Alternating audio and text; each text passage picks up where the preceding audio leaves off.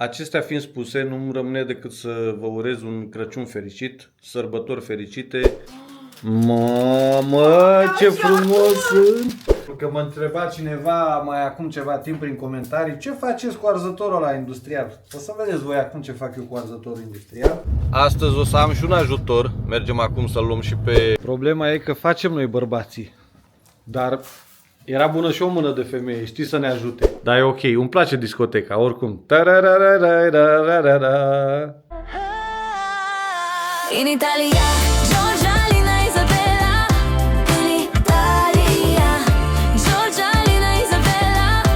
In Italia, Giorgia. Bună dimineața, oameni frumoși! Mamă, ce față boboșată am, este 6:30. Doar ce am plecat de acasă. Astăzi suntem puși pe treburi gospodărești. Și mai exact, mergem la curte, pentru că avem de afumat șunca, de tocat carnea pentru sarmale, de făcut cârnații, bineînțeles că tocat carne și pentru cârnați și umplut. Avem o groază de activități, băgăm și carne la garniță, exact cum se face în România. Astăzi suntem pe activități din astea tradiționale. Sunt cu Izabela, pentru că Alina este la muncă, dar ea vine acasă la ora 9:30 și se apucă de cozonaci, albă ca zăpada, fel și fel de dulciuri ce vrea ea să mai facă acolo. Noi am plecat mai de dimineață, n-am mai așteptat-o, că dacă plecam la 9:30, 10, ajungeam acolo la 12, nu mai faci nimic într-o jumătate de zi. Așa măcar avem ziua plină și putem să le ducem la bun sfârșit pe toate care le avem de făcut astăzi. Și totodată, dacă mergea cu noi, nu mai reușea să-și facă cozonaci. Mâine fiind luni, marți, e la muncă și miercuri și în ziua de Crăciun până pe la 11-12 și așa mai departe. Că după cum știți, programele noastre sunt foarte încărcate cu munca aici în Italia. Asta e, din păcate ne conformăm situației că nu avem ce să facem. Astea sunt sacrificiile noastre care le întâmpinăm pe aici prin străinătate. Astăzi o să am și un ajutor. Mergem acum să-l luăm și pe Cosmin, pe fratele meu, pentru că și el are șunci de afumat. Are și el de tocat carne pentru cârnați, de umplu cârnați. Adică are și el câteva activități de făcut. Așa că trecem să-l luăm și pe el și după 2 ore ne vedem la curte. Ne-am oprit la o cafeluță, că e drumul lung și nu putem să mergem așa dintr-o bucată, nu facem față, că noi nu prea conducem așa de fel. L-am luat și pe Cosmin între timp. Ce ai câștigat acolo, mă, ia? Cât ai dat pe el? 10. 10. N-am luat nimic. O cafeluță de la Ili, un melc, ia-ți-l, Cosmine, că și eu tot melcam. Și Izabela, bineînțeles că fără creme nu poate să reziste, că... Mă duc odată la nu știu cât și tu te duci aproape în fiecare zi, eu pot să Ești geloasă iar pe mine? Lasă gelozia! Hai să deschidem, să controlăm pe aici, să vedem ce se întâmplă, ce nu se întâmplă, gardul dacă e în picioare. Să cred, lumea e de să văd mai spațiu acum. Cum arăta înainte și cum arăta acum? Pe cameră nu se vede așa, doar mi se pare Vezi mai spațiu. cât spațiu am câștigat? Deci mi se pare mai mult spațiu, serios. Eu am spus mereu că ăla îmi venea. Eu pierdeam din asta. Oh, da, frumos, frumos. A? Și lumină, măi, față. Când am dat la trecut așa aici, când stăteam la masă acolo, era mai întuneric, așa. Da, din cauza la Oh, uite ce frumos. Ai muncit, dar să merită. Altceva? Merită, frumos. Hai că n-a crescut iarba, cine știe ce. Oricum o să-i dau o tăietură astăzi. Și floricele, uite, a ieșit! Uite câte aveți. Asta. Uite, a ieșit și acolo la piciorul Uite că tău. asta are... Magnolia are muguri. I-a căzut toate frunzele și uite, are mugurași, ia uite. Adică să iasă. Da, o să dea, să zice tati. E plină de mugurași, ia uite ce frumoasă e. Frumos! Mă, uite câte au ieșit. Eu o vedeam pe cameră că i-a căzut toate frunzele, dar mă gândeam că s-au uscat, dar nu. Iau ce mișto să vede gardul. Ha. Așa o să vadă și în partea asta când o să fac și aici. A? Dar pe mine mă bucură cel mai mult spațiu, mă, care l-am câștigat față de cum era. Faci liniștit și nu mai sunt boscheții care erau.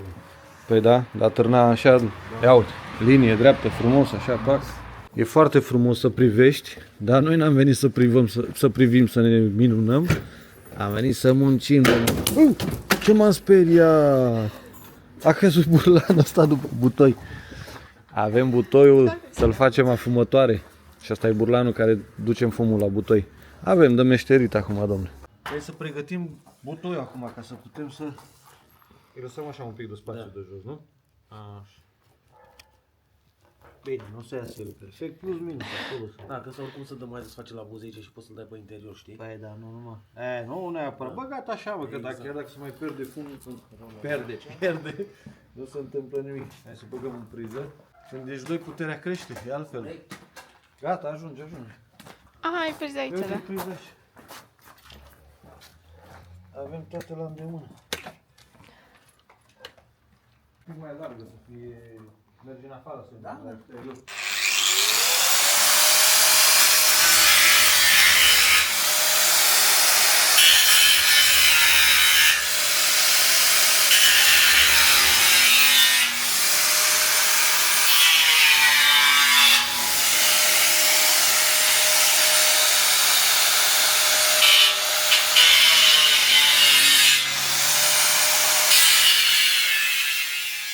Hai că am fost în pădure, dar am făcut câteva bețe, că n-aveam pe ce să înșirăm șunca. Ce am găsit și noi. Butoiul l-am tăiat, am făcut aici un șanț să băgăm burlanul și aici facem focul la capăt și punem un capac ceva așa ca să ducă fumul frumos, să fumăm la șunculiță. Ce zici, tata? N-am văzut niciodată. Îți place șunca fumată? Da. Ție Cosmine, îți place?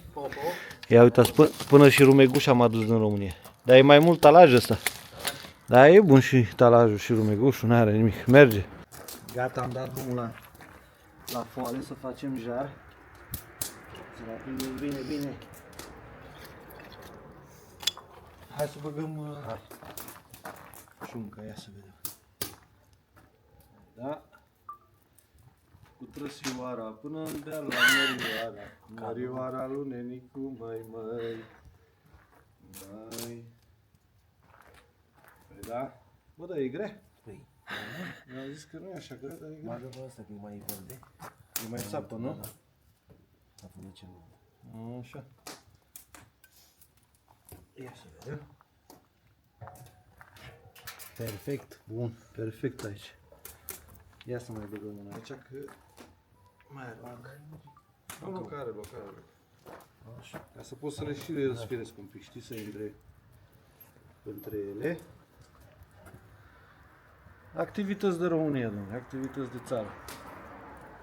Business-uri, businessman. Businessman.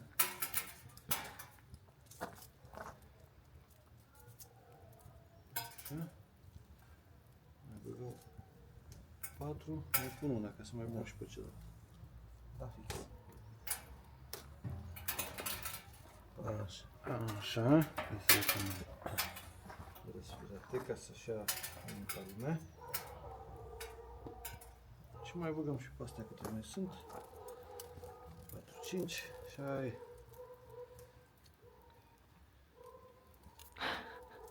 Păi da, voi cum faceți la voi pe acolo, prin fiecare cu zona lui? Cum a fumat șunca? Noi facem cum știm la noi acolo în sud, cum am învățat. I-am dat sare ca lumea. Ce rețete aveți sau ce metode? Așa, da. A? Ce zici, tati, îți place? Arată bine. Arată bine, nu? Da. Da? Știi ce să facem noi? Capacul ăla să-l spălăm un pic, care îl punem deasupra. Că de la căldură, de la... Așa, uite furtunul acolo. Gata, domnule, am dat drumul la fumătare. Ia uite ce avem aici. Invenție. Și capacul ăsta când se face jar, punem un rumeguș. Eu uite și că se este duce fum acolo. deja. Deja se... A început să facă, fii atent. Ia uite o bucată aici. Băi, iese producția. Am terminat cu așezat șunca, s-a pornit fumul tot, am pregătit tuciul și arzătorul, că mă întreba cineva mai acum ceva timp prin comentarii, ce faceți cu arzătorul ăla industrial? O să vedeți voi acum ce fac eu cu arzătorul industrial. Și tai șunca pentru topit, pentru jumări, să facem și jumărele, mai facem și pentru cârnați, pentru sarmale, să amestecăm, că dacă carnea nu e grasă nu iese bună, nici sarmalele, nici cârnații. Așa că dăm din mâini, că altfel Avem timp toată ziua. Cosmin curăță usturoiul și el. Și Izabela e cameraman. Da. Ne filmează. Ia uite ce frumos, ce frumos. Ce-mi place când am mâinile îngrăsime așa. Mamă. Deci e moartea mea. N-am mai făcut chestia asta de 10 ani de zile. Nu, mai bine. Sunt plecat de 10 ani. Cam 11-12 ani de când am mai reușit să fac așa ceva. De când îmi doream pe plaiuri italiene, noi afumăm șuncă și facem cârnați românești. V-am zis că vă arăt ce fac cu arzătorul industrial. Ia uitați ce aici. Ha? Hai. Să fie treaba. Să fie bine ca să nu fie rău. Jumărele, tată, jumărele.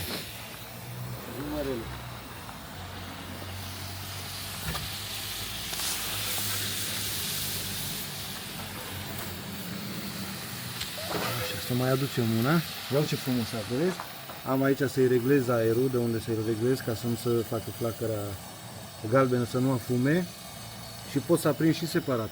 Astea două rânduri și de aici aprind interiorul celelalte două rânduri, separat dacă vreau. Mi-am pus trepiedul și încă iau. A? Meserie. Curte e curte, domne, față de la bloc. Hai să vă mai dau un update.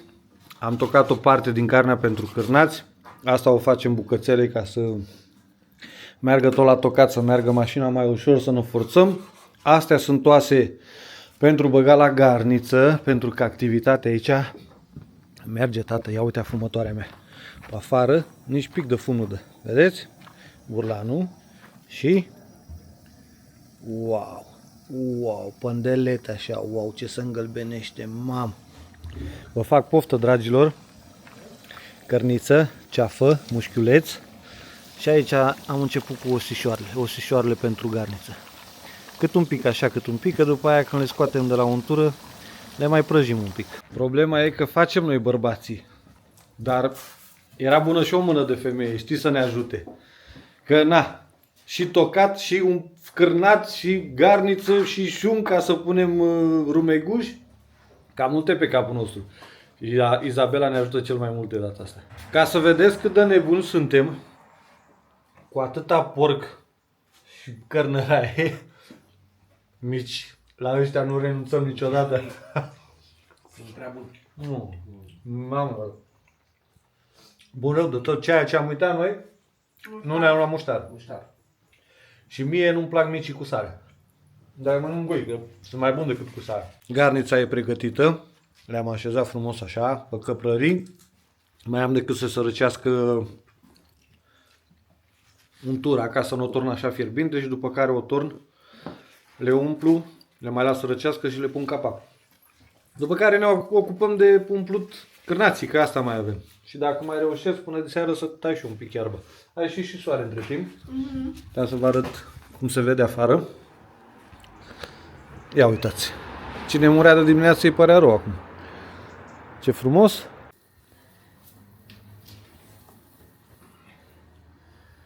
Cred că am mai făcut-o într-un video.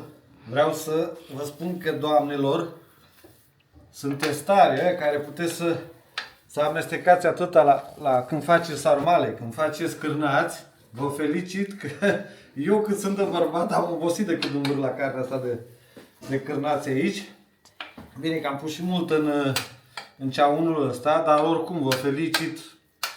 Și pe Alina vreau să-i mulțumesc că de fiecare dată muncește atât de mult când face sarmale. Să amestece la carne și când face și cârnați, bineînțeles. Eu, ce-i drept, n-am mai făcut. Anul trecut n-am mai făcut cârnați. Acum 2 ani sau acum 3 ani am făcut, nu mai știu. 2 sau 3 ani. Dar nu mi s-a părut atât de greu cum este astăzi. Când am zis că vreau să fac cârnați la început, când am luat porcul din România, am zis că fac așa 2-3 metri de cârnați. Op, ajunge. Până la urmă, cred că mi iese 20 de metri de cârnați. Restul i-am făcut și am băgat în frigider. Și mai am încă jumătate de făcut. Și trece timpul, nici nu dai seama. Am făcut o groază de treabă, dar nu-ți dai seama cum trece timpul. Nici nu reușesc să termin tot, să tund iarba, nici nu mai am timp. Altă dată. Și așa nu e mare. Ia să vedem, să umflă ăsta sau nu să umflă? E spart? Nu, am zis că e cutat. La jumate. E bun. Hai să bag pe asta.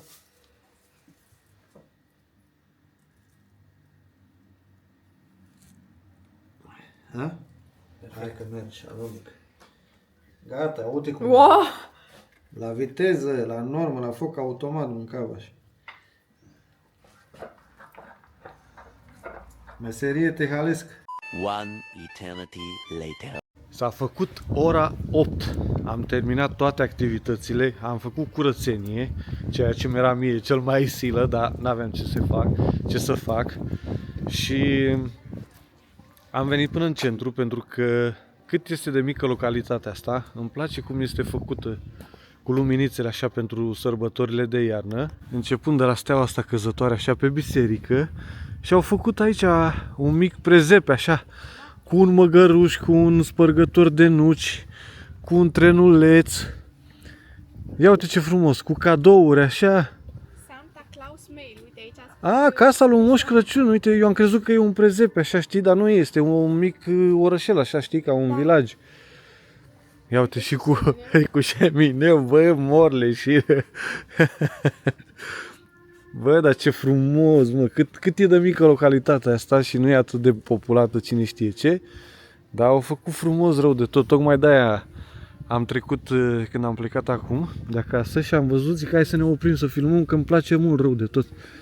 Chiar frumos se vede și cu ocazia asta vă arăt și vouă așa. Plus că ce am observat față de Fiorențola, unde avem apartamentul în partea cealaltă, foarte multă lume și-au decorat pe la geamuri, pe la case, pe în partea cealaltă vezi așa, aici, colo, o lumină, aici majoritatea, nu chiar toți, dar majoritatea și-au pus luminițe pe la geam, prin pom, dar chiar îmi place, chiar frumos.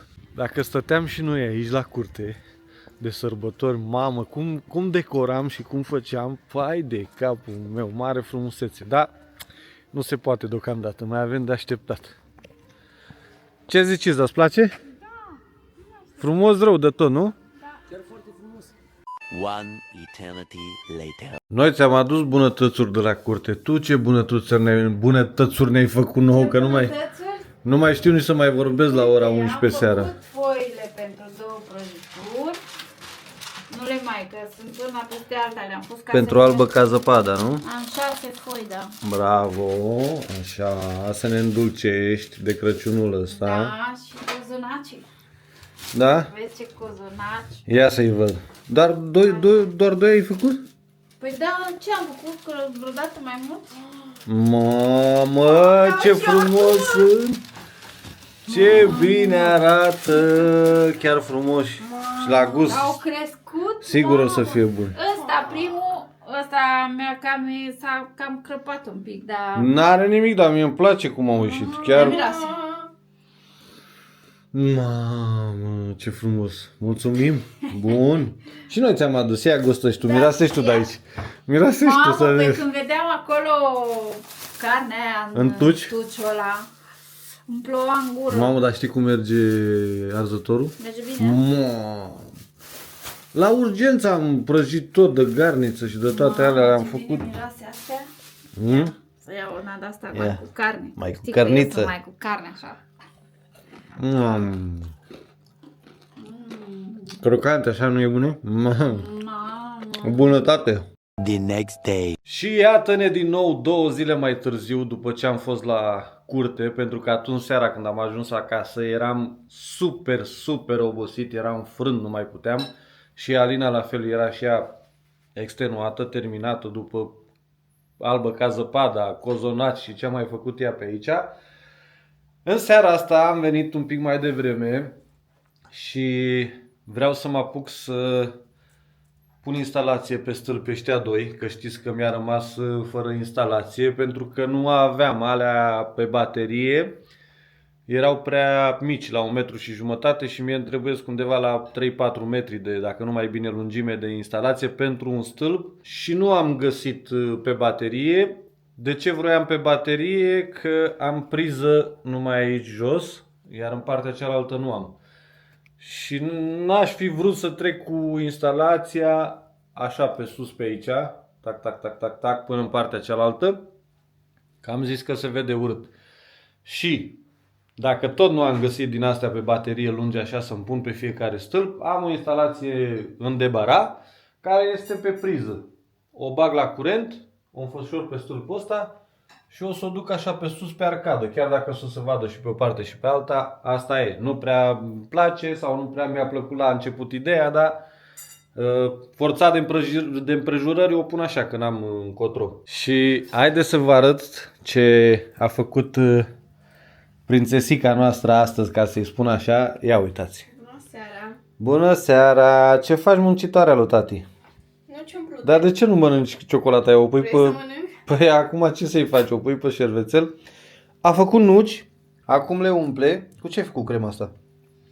Cacao, A, și lapte. nuci, lapte și gen părțile care au rămas de la asta, pe margine. A, le-ai zdrobit și le-ai făcut acolo? Am înțeles. A făcut castraveții, i-a tocat mărunt așa pentru salata de biof, gogoșarul. Și acum urmează să-i pregătim Alinei, să-i punem la fiert cartofii și morcovii, ca când vine ea să fie mai mult făcute și decât să o amestece, să o orneze. Și haideți să vă arăt că aseară a umplut și albă ca zăpada cu cremă. Sunt aici foile, dar încă nu este tăiată, e lăsată să tragă foile. Tuciu cu sarmale era și el pe undeva, dar nu știu unde e. A, e băgat în frigider. Mă abțin cu greu să nu mănânc din ele, dar vreau să mănânc cu poftă așa în ziua de Crăciun, că mai este o zi, nu mai este mult. O zi și gata, dar vreau să mă abțin ca să am pofta aia, așa că uite mi-a venit apă în gură, nu mai pot. Frumoase se văd când sunt așezate, dar migăloase. Să le bași pe aici, când o să le strâng, cred că o să le trag cu totul jos, așa, jap, tot și gata, le bag în sac și la revedere. Am luat două de 8 metri cu 8 metri și aici am pus-o una peste alta și să o împreunez la capăt, să o pun pe un întrerupător să vedem ce fac. Că nu mi-ajungea 8 metri, 8 metri mi-a ajuns un stâlp și până aici la jumătate. Că se pierde mult când faci așa o roată de 5-6 ori. Pe stâlpii ăștia că sunt mari. Gata, domne, m-am chinuit eu jumătate de oră, dar a ieșit frumos. Nu știu dacă se vede cu lumina prinsă bine, dar imediat face și cu lumina stinsă. Ta-da! Nu mă mai vedeți pe mine, dar vedeți luminițele pe spate. Din două instalații am făcut una. Aia sunt identice practic, doar că asta are roșu mai puternic, mai accentuat. Dar nu se bagă de zeam așa cum vine vorba. Asta are roșu mai accentuat și asta verdele. Dar e ok, îmi place discoteca, oricum. Hai să vedem ce face și Vrenica. Ia. Stai că deschid eu. Ia deschidem, dragă, să-mi arăți aici ce nuci umplute ai făcut. Mamă, le-ai dat și cu zahăr, pudră. Hai să vedem cum are gustul acum. Hai să nu dăm pe jos.